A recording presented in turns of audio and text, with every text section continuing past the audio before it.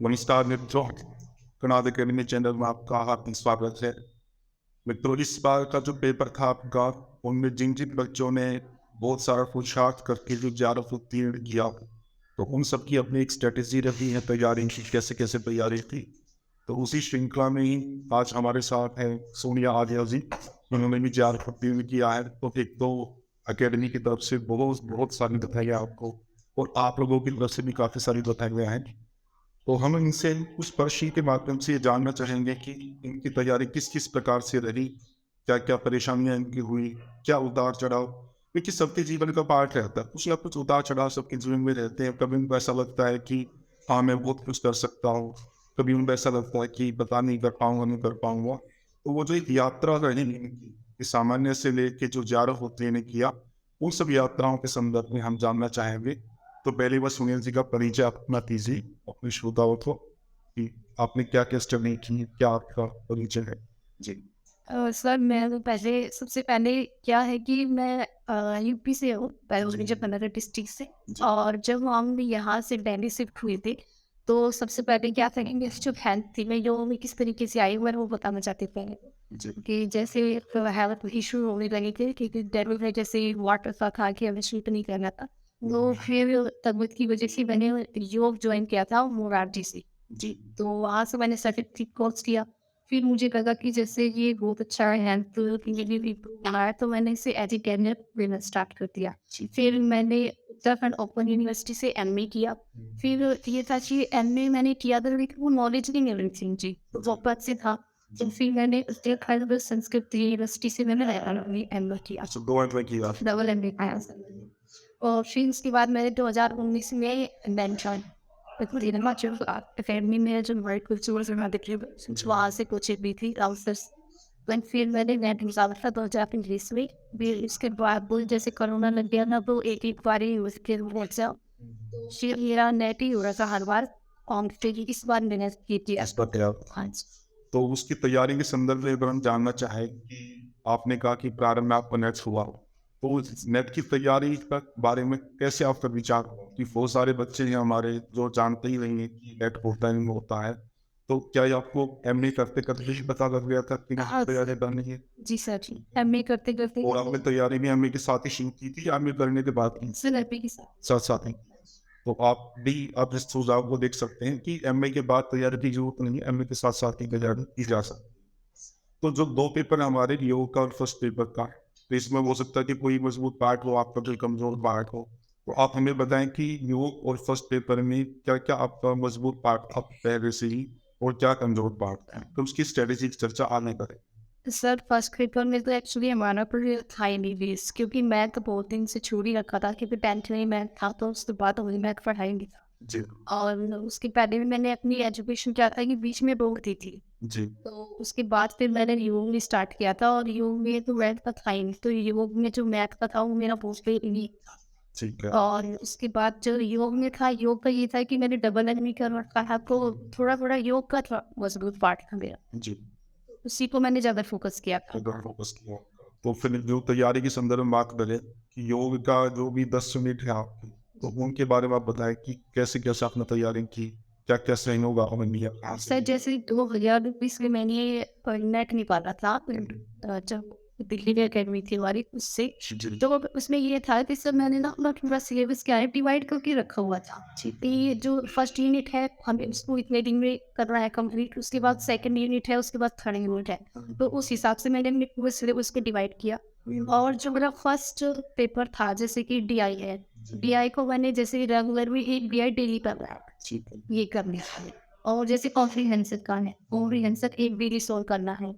और जैसे logical reasoning का है, और कुछ जैसे कि डायरेक्शन वाले क्वेश्चंस आते थे पहले, अब तो नहीं आते। तो डायरेक्शन वाले क्वेश्चन भी जैसे 5 डायरेक्शन वाले कर लिए हैं, और जैसे रेशियो वाला कर लिया, प्रेजेंटेशन इस तरीके से मैंने उस तरीके से डिवाइड करना। फिर मैंने रिसर्च वाला पार्ट किया था, तो रिसर्च को पढ़ा दे दी, टीचिंग थर्टी वाली जो रीड है उस पर किया। मतलब डेली आप सारे विषय हाँ, को टच करते हैं। थोड़ा थोड़ा पे ही किया मैंने। ठीक है। और फिर ऐसे ही मैंने सेकंड वो पेपर पर भी किया। तो सेकंड पेपर में कौन सा आपको विषय ऐसा लगता है कि जो ज्यादा मार्क्स ला सकता है, वो जिसकी अच्छे से तैयारी की जाए, फिर वो काफी क्वेश्चन किए जा सकते सर जैसे पेपर में जैसे क्वेश्चन आते हैं, जैसे ये हमारे 10 प्राचीन उपनिषद उसमें से ज़्यादा आते हैं और वो ईज़ी भी है लर्न करने की दृष्टि से। जितना उसमें तो पंक्तियाँ आ रही हैं। पंक्तियाँ रेस संस्कृत भी तो जैसे लर्न कर रहे हैं, जैसे 5 में जैसे ईशावास्य उपनिषद है उसमें तो 18 ही है, तो वो भी आराम से ईज़ी कर सकते हैं। और जैसे 10 उपनिषद में 4 ही अध्याय हैं, वो भी थोड़ा-थोड़ा देख सकते हैं। तो उस तरीके से देखा था मैंने। और जैसे तैत्तिरीय उपनिषद है, 3 उंगलियाँ हैं उसमें, तो उसके जो पार्ट हैं थोड़ा-थोड़ा करके उसमें से भी क्वेश्चन आते हैं। तो मतलब जो पंक्तियाँ थी, पंक्तियाँ भी याद थी और जो विषय विषय भी किया। यस। वो योग दर्शन इत्यादि का जैसे विषय है, वो भी पूरा याद किया आपने। हाँ, योग दर्शन पूरे सारे के सारे इस योग में आप किए मैंने, सारे पार्ट के स्टार्ट वो साथ सारे। तो वो योग का सब विषय जैसे एआईटी आदि के बारे में कहते हैं कि इंग्लिश का पार्ट है, साइकोलॉजी है, और थेरेपी भी हुआ है, वो थोड़ा सा फिर ट्रेडिशनल टेस्ट से अलग है। इसमें कोई आपको दिक्कत महसूस हुई? सर दिक्कत तो ये है कि बैकग्राउंड उतना नहीं, जैसे कि साइंस का एग्जाम है इसका था, तो जो जिन बच्चों का बैकग्राउंड नहीं है उनको थोड़ा सा एक्स्ट्रा एफर्ट तो लगाना पड़ता है। तो उसमें ये था कि जो हमारे ये जो ये क्या है सिस्टर्स आते हैं जो थोड़े छोटे हैं उनको पहले कवर कर लिए हाँ, मतलब जैसे सारे लोग हाँ, जैसे बॉल्स में उसमें से आते हैं हर बार जो आते हैं, तो उसको पहले कर लिया था। और एक इम्यूनिटी सिस्टम वाला था उसको कर लिया मैंने। मतलब छोटे थे वो कैसे कर लिए, इससे थोड़ा कॉन्फिडेंस बना। हाँ बड़े जो थे उनको बाद हाँ, उनको बात तो उनको आपने इंग्लिश में करने की कोशिश की या हिंदी में करने की कोशिश? सब इंग्लिश में ज़्यादा थी।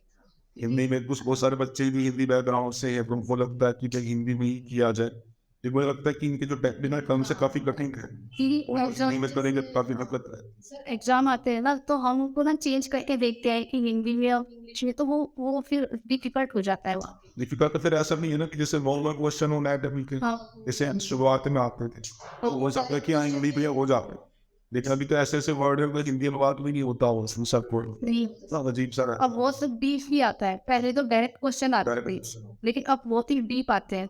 ये तो मुझे दिन अंदर से देख के करना पड़ता है, अच्छे से पढ़ना है। सीधा। तो भी तो तैयारी के बारे में काफी कुछ लोग बताते ही आप नहीं बताया तैयारी के सम्मान। सो आप टाइम मैनेजमेंट का थोड़ा बताओ कि जैसे फर्स्ट पेपर है और सेकंड पेपर है, डेली रूटीन में आप कैसे टाइम मैनेज करती थी? योग के लिए कितना समय लगती थी फर्स्ट के लिए, या पहले आपने पूरा योग तैयार किया फिर फर्स्ट तैयार किस तरह से? तो करती तो मैं डेली अभी दोनों साथ करती थी, ऐसे कि शाम का जब टाइम होता था, जैसे भी वो टाइम तो मैं निकालती थी मरने का, शाम का। और जो दिन का होता था वजह से DI कर लिया मैंने आफ्टरनून में। और जैसे फर्स्ट पेपर रखती थी वो उसमें रिसर्च का, कॉम्प्रिहेंसिव का, और इनका थ्योरेटिकल रीजनिंग भी रखा हुआ है, ये मैं दिन में रखती थी। और जो लर्निंग पार्ट था और मॉर्निंग का वो मैं रखती थी योग का। अच्छा, सुबह का और शाम का शाम योग दिन का फर्स्ट दिन का फर्स्ट पेपर। और रिविजन का कैसे करते हैं? रिवीजन का ये था कि जैसे मैं लर्न करने बैठती थी तो पहले वो रिवाइज कर लेती थी, उसके बाद आगे बढ़ती थी। अच्छा, तो कोई रिविजन का स्पेसिफिक टाइम नहीं था, मतलब जो भी पार्ट आपने पढ़ा पहले का पहले तो उसको अगले दिन जब पढ़ेंगे तो पहले रिवाइज करके तब उसके बाद आगे बढ़ती ये भी एक अच्छा पार्ट है कि आप जब भी कोई नया पार्ट पढ़ते हैं तो पहले का जो पार्ट आप रिवाइज करो तो फिर आगे का पढ़ो। आपको क्या लगता है रिविजन का वो कितना है थी। बहुत कवर कर रिवीजन का काफी है। और एक में ये कहना चाहती हूँ, जैसे कि हम तैयारी करते हैं तो हम जैसे जैसे उपनिषद है, तो वो क्या है मिक्स हो रखा है, हमें ना कुछ चीजें इसलिए भी मिल रही है कुछ दूसरे पार्ट में मिल रही है, तो आप कंफ्यूज हो जाते हैं। कंफ्यूजन वाला पार्ट ये है कि जैसे मैंने ये नोट्स पढ़ा और मुझे ये लगा कि ये मैंने उस वाले नोट ही गिरा सकता, मैं वो चीज़ वही लिख लेती कि ये लाइन मुझे उस नहीं हो रही है, तो वो मुझे रिकॉल करने में हेल्प करती थी।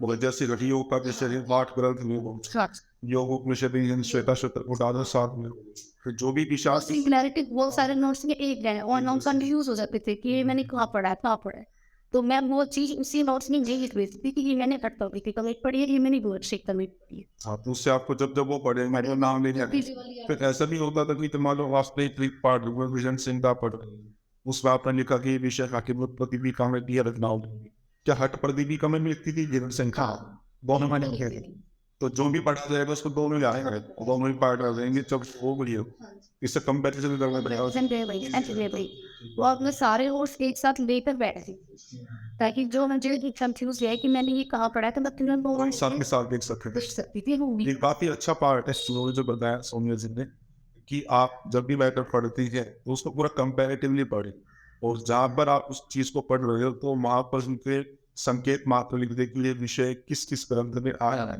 और वहाँ पर भी इसी यहाँ पर आता है दोनों स्थानों को लेकर रहने से जब आप इसको पढ़ोगे कोई भी पार्ट पढ़ो तो वहाँ पे वो जो विषय है वो अच्छे से हाँ पता लग जाएगा। इसमें ही याद रहता है। ठीक है। तो जैसे जैसे वो देखते हैं कि सिलेबस बढ़ता है तो मैटर बहुत हो जाता है, फिर रिवीजन कैसे होता है उसका, इतना सारा मैटर डेली रिवाइज करना या डेली नहीं करते कैसे? जी, रिवाइज का क्या था सर कि जैसे पक्का पार्ट जो पूरा हो गया मेरा कि हाँ ये मुझे अच्छे से लर्न है, उसको तो मैं स्पीड से करके रिकॉर्ड कर देती थी टेबल और जो मेरा लगता था कि हाँ ये रह रहा है। तो जैसे आपने पहले ही बताया था कि आंख बंद करके उस नोट्स की समरी अपने माइंड में आ जाती है, तो मैं उसी तरीके से करती थी, आंख बंद करके रिकॉर्ड करती थी। जो पक्का पार्ट हो जाता है लर्न तो वो एकदम से याद आ जाता है कि हाँ ये हो, लेकिन जहाँ पर थोड़ा मिस्टेक रहता है वो स्किप हो जाता है और वो फिर मैं नोट्स खोल के देखती थी कि ये पार्ट छूट गया, इसका मतलब मेरा ये कच्चा है मेरा, तो मैं उसी को करती तो डेली रिवाइज करते थे सारा विषय को, जितना पढ़ा था। क्योंकि वो जब रिवाइज करते हैं वैसे तो फिर वो इजी हो जाता है, क्योंकि हमें पक्का डेली तो कर ही रहे हैं तो वो माइंड में अच्छे से बैठ जाता है, तो रिकॉल करने में इतना टाइम नहीं लगता। कम टाइम लगता, कम टाइम लगता, टाइम लगता तो पक्का भी अच्छा हो पक्का जाए। भी अच्छा। पक्का अच्छा हो जाए। ठीक बात है। तो ये तो हुआ टाइम मैनेजमेंट का आपका पार्ट उसमें था। तो फिर पेपर के रूप में अप्लाई करने का कि बहुत सारे बच्चे तो की तैयारी तो अच्छी हो जाती, जब पेपर करने में आते हैं तो उतना अच्छा अप्लाई नहीं कर पाते। ये सब मेरे साथ ऐसा हुआ आपके साथ भी शायद ऐसा हुआ है कि आपकी तैयारी तो बहुत पहले से अच्छी चलती आ रही थी, लेकिन किसी न किसी कारणवश पेपर में जब अप्लाई करते थे उसमें गड़बड़, तो ऐसे ही और भी हो सकती है बात।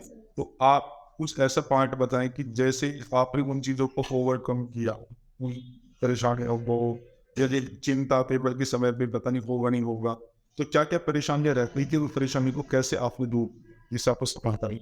सर परेशानी तो बहुत रहती है और दूसरा जैसे कि पेपर की करते समय पे करते समय ये रहता है कि आपका प्रेजेंट पॉइंट किस तरीके से काम करता है, एक तो ये बहुत बड़ा लगता है क्योंकि मैं जब घर पे पेपर सॉल्व करती थी तो बहुत ईजी सारे पेपर हो जाते थे और जैसे टेस्ट भी देती थी तो मेरे हाईएस्ट मार्क्स आते थे हमेशा। लेकिन जब एग्जाम में बैठते हैं तो बहुत सारी प्रेशर रहता है हमारे माइंड पे, एक टाइम का कि हम वो घड़ी की कीबोर्ड टाइम होता चल रहा हूं से शाम कर दिया है, वो बहुत बार बार दिखता रहता है कैसे। समझ में बहुत फिलोसफी होती है। तो वो क्या परेशानी पेपर की? पेपर्स एक हम जो लगता है ना कि ये इजी है और हम समझ में आ जाएगा ये पार्ट मत है, वो कॉन्फिडेंस में हम गलत कर जाते हैं। एक मिनट का ये और दूसरा ये है कि हम पहले हार्ड वाला शुरू से करना चलते हैं, जैसे या तो फिर हम फर्स्ट पेपर स्टार्ट करते हैं तो वो उसमें टाइम खराब हो जाता है हमारा। तो हमें वो वाला लेना चाहिए जो हमें आसानी से होता है, यानी कि हमें अपना योग का पेपर पहले सॉल्व करना चाहिए। उसमें भी वो क्वेश्चंस जो हमें आराम से आते हैं वो पहले सॉल्व कर लें, फिर उसके बाद जो हमें लगता है कि इसमें थोड़ा माइंड लगाना है तो आ जाएगा याद, या फिर थोड़ा कंफ्यूजन है कंपैरिजन करेंगे और या फिर कुछ करके देखेंगे कि अटेंट में जैसे कोई ऑप्शन से खेलना है उसको देखेंगे तो उससे भी सॉल्व हो जाते हैं, तो फिर वो करेंगे हम। उसके बाद फिर जो बचेंगे उसके बाद वो देखेंगे। तो उसमें मान लीजिए कुछ तो परेशानी आपने बताई दो चार, क्या इसके अलावा कोई ऐसी परेशानी रही? बहुत सारे बच्चे पेपर में बहुत चिंतित हो जाते हैं, हाँ सर। जिससे जिनका लक्ष्य है कि वहाँ जेआरएफ करना ही करना है, तो जितनी अच्छी जेआरएफ के प्रति भावना उतनी अच्छी चिंता भी होती है हमारे, पता नहीं हो पाएगा नहीं हो पाएगा हो नहीं पाएगा। उस बारे में आप क्या सुझाव देना चाहती है कि इस चिंता को कैसे दूर कर सकते हैं या क्या उसका? लेकिन सर मैंने ना 4 बार अटेम्प्ट दिया है और जितना मैंने सीखा है मैं मतलब इतना यही सीखा है कि आप ना उस टाइम पे एक तो फोकस रखना है अपने पेपर पे, घड़ी पे मत देखो दिमाग पे। सबसे पहले तो आप अपने पेपर को देखो कि कितना आप उस पर फोकस कर सकते हो, जो क्वेश्चन आपको आ रहे हैं पहले वो देखो, फिर दूसरा ऑप्शन से खेल कर देखो कि कैसे कैसे करना है।